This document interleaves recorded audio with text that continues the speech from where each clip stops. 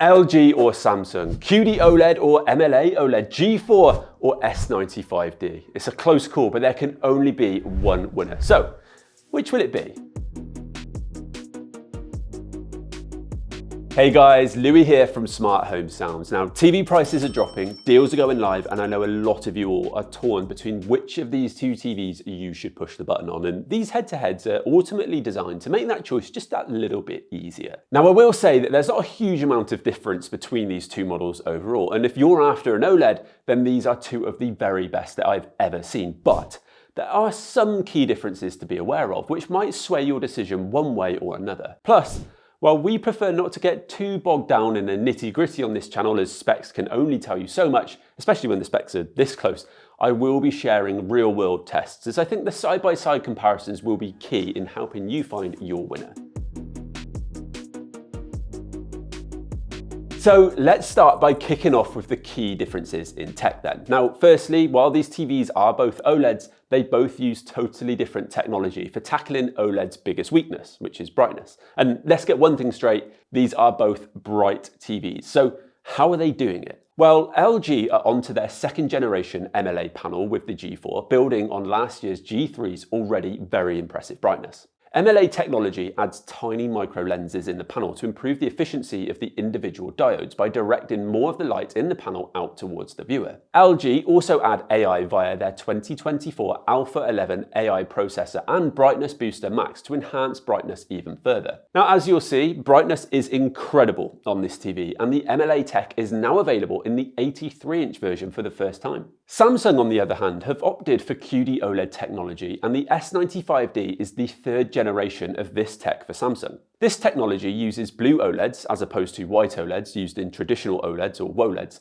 that shine blue light through red and green quantum dot layers to create richer, more vivid colours. This method reduces the amount of layers required, leading to an overall brighter picture too, and this model is considerably brighter than the already very bright S95C. New for this year, Samsung also brings OLED glare-free technology to the S95D, which is essentially a low reflection coating designed to reduce reflections and glare. Now, this seems to have divided some people and is a big difference from the glossy screen on the G4. Now, don't worry, I've got plenty of examples comparing both MLA and QD OLED and matte and gloss screens coming up. One thing that's not a major difference between these two models is the pricing. Now, we're looking at very similar prices, at least here in the UK for these TVs, and while prices change all of the time, and I do expect that they'll change even further over the next few months, they've been pretty comparable across the board. But if you're looking for a screen larger than 77 inches, then the G4 would be the way to go, with an 83-inch and 97-inch available. However, MLA is not used in the latter though.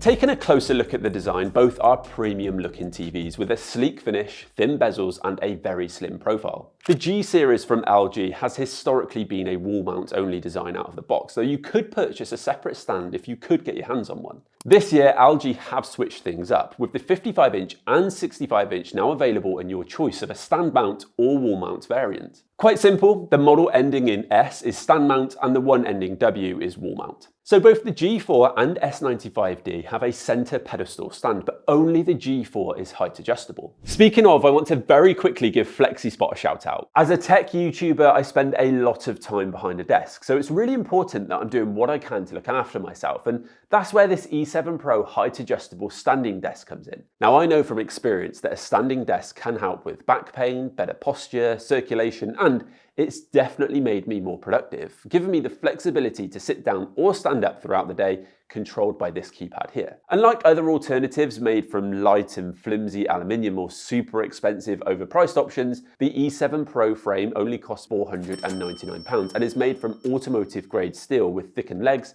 making it super sturdy and capable of taking a load of up to £440. So it's perfect for my Mac, large display and plenty of other desk accessories. Now, I've also added on some extra cable management to keep it all looking nice and tidy. If you are interested in picking up one of these for yourself, then I've left a link to FlexiSpot just here and in the description box below. Now, the great news is that the FlexiSpot Black Friday sale begins now, so you can grab the best discounts on FlexiSpot, including standing desks, ergonomic chairs, and more. Now, what's more is that you can also use my code, which is YTE7P50, to save an extra $50 and get your own E7 Pro standing desk. Oh, and before I forget, you also have the opportunity to win free orders, and I've attached the activity calendar here for more information. So why not treat yourself to a comfortable workstation this Black Friday?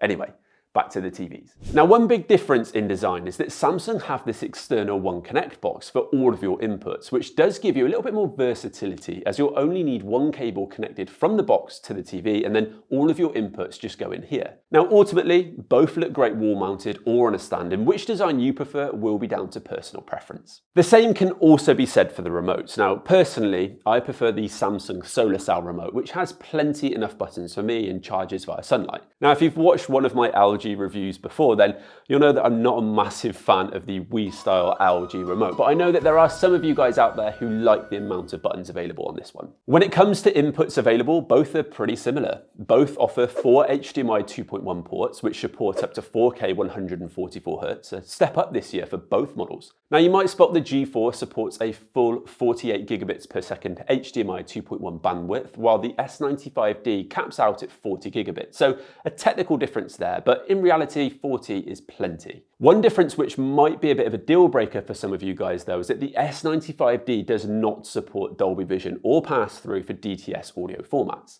You still get a very impressive HDR performance with HDR10 Plus on the Samsung, but definitely a few differences worth noting.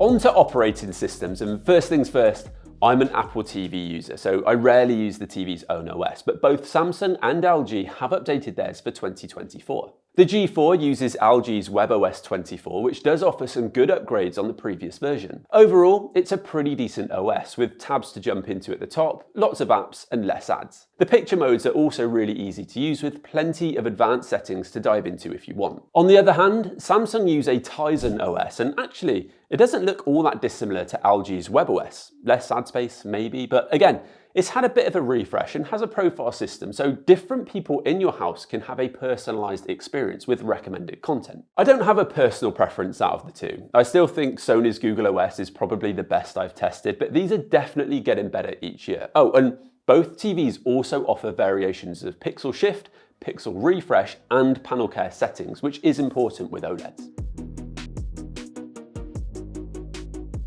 Okay guys, so we've moved the table out of the way and we're now on to my favorite part of the video, where we take a little bit of a closer look at the picture quality from these two TVs. Now, just before we do, I think it's really important to mention that these two really are fantastic. They offer a flagship OLED performance and are instantly impressive right out of the box. Now, in their standard modes in our film studio with no natural lighting whatsoever, the brightness is really impressive on both of these models. I mean, they are incredibly bright TVs. Now, technically, the S95D can go a little bit brighter on a 10% window, but that's only for around about a minute or so, and then clever technology kicks in to preserve the panel. For real-time viewing, a lot of the time, the brightness levels feel comparable in this space here, but there are a couple of examples where I'd argue that the highlights are ever so slightly brighter on the S95D. So if we take this example here, I want you guys to just focus on the snow in particular. So first of all, on the left-hand side of the image, you can see where the sunlight is hitting the snow. It does look ever so slightly brighter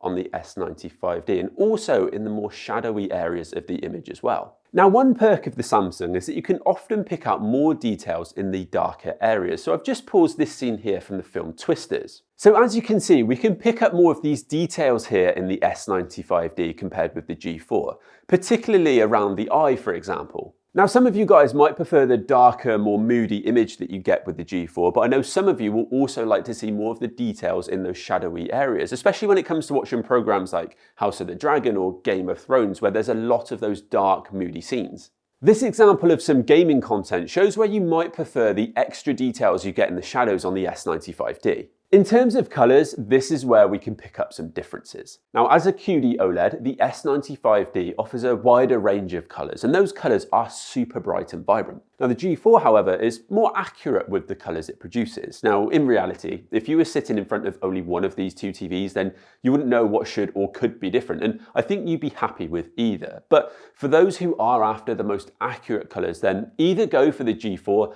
or you might want to calibrate the S95D. The main example I've picked up on some differences are in scenes with lots of blue hues, as I found that the S95D does seem to lean slightly more towards blue with its overall colour temperature. You can see in this example here from Furiosa that this scene looks pretty different on both TVs. However, when you flick to another scene in the same film with less blues, they look pretty comparable. Again, with this example in John Wick, they're very similar, and I'd find it hard to pick out many differences. The sand is maybe more pink on the G4. Now, if I flick them both into their respective filmmaker mode, you can see that while they both change quite considerably, they're very similar to each other in this scene. One thing I do appreciate with the accuracy on the G4 is that the skin tones do feel more realistic. Take this scene here and you can see while the greens are pretty similar in the leaves, more vibrant on the S95D maybe, the skin tones are a lot more accurate and lifelike on the G4. In this clip from Oppenheimer, firstly you can see that the S95D's brightness means we get more detail in the eye here, though others might prefer the contrast on the G4. But you can again see the more lifelike skin tone on the LG.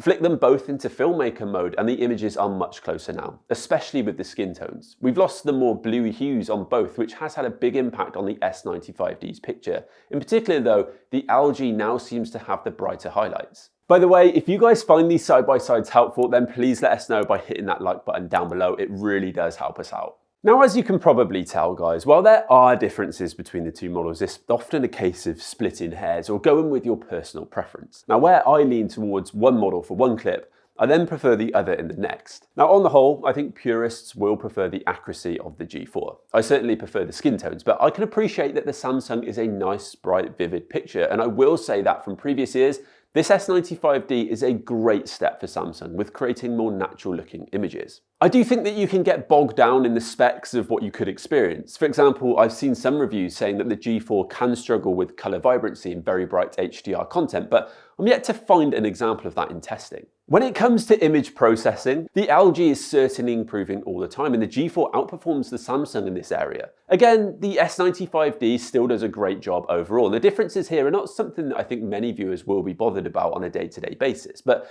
for those wondering, both TVs are great for upscaling, though I would say that the G4 does a better job of smoothing low quality content and retains more details. The S95D can experience some macro blocking in dark scenes. It's not a massive deal and will only be a factor to consider if you stream low bitrate content a lot.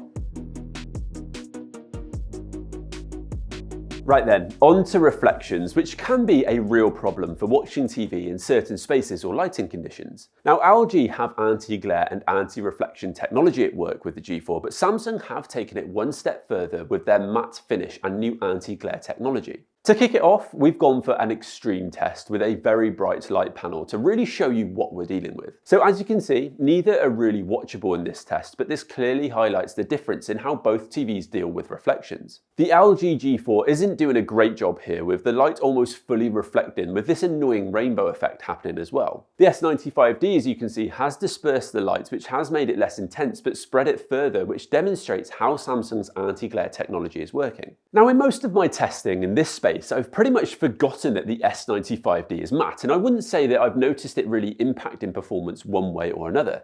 But where it should have a big impact is in a light, bright space like this. So with the TVs turned completely off, you guys can see the difference right away between the gloss versus matte finish. There are literally no reflections at all in the S95D. When content is playing, it's really only in the darker scenes or darker areas of the picture that I can notice the difference. In this shot, you can see the reflections are pretty annoying on the G4 and they would distract you from the film, but they simply don't exist on the S95D. What is interesting and what's clear here is that the G4 seems brighter now we're in this space. The overall shot, if I compare it with how it was in our darker studio, shows the difference in the performance in different lighting conditions. If I pop them both into filmmaker mode, however, you'll see that they're much closer. Overall, I do think in this brighter space, the way the Samsung is handling reflections is impacting the overall picture quality, particularly the contrast. For me, I'd say that both TVs do a good job in brighter spaces, especially as they're OLEDs, and that comes down to their brightness levels and also the TV technology that's handling the reflections. But I think if you have a big window by your TV, then the S95D would probably be the way to go, removing reflections and still being bright enough to enjoy your content.